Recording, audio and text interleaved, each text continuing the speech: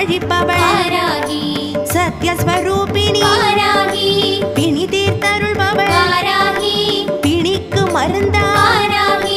பூரணி காரணி புவி காக்க வந்த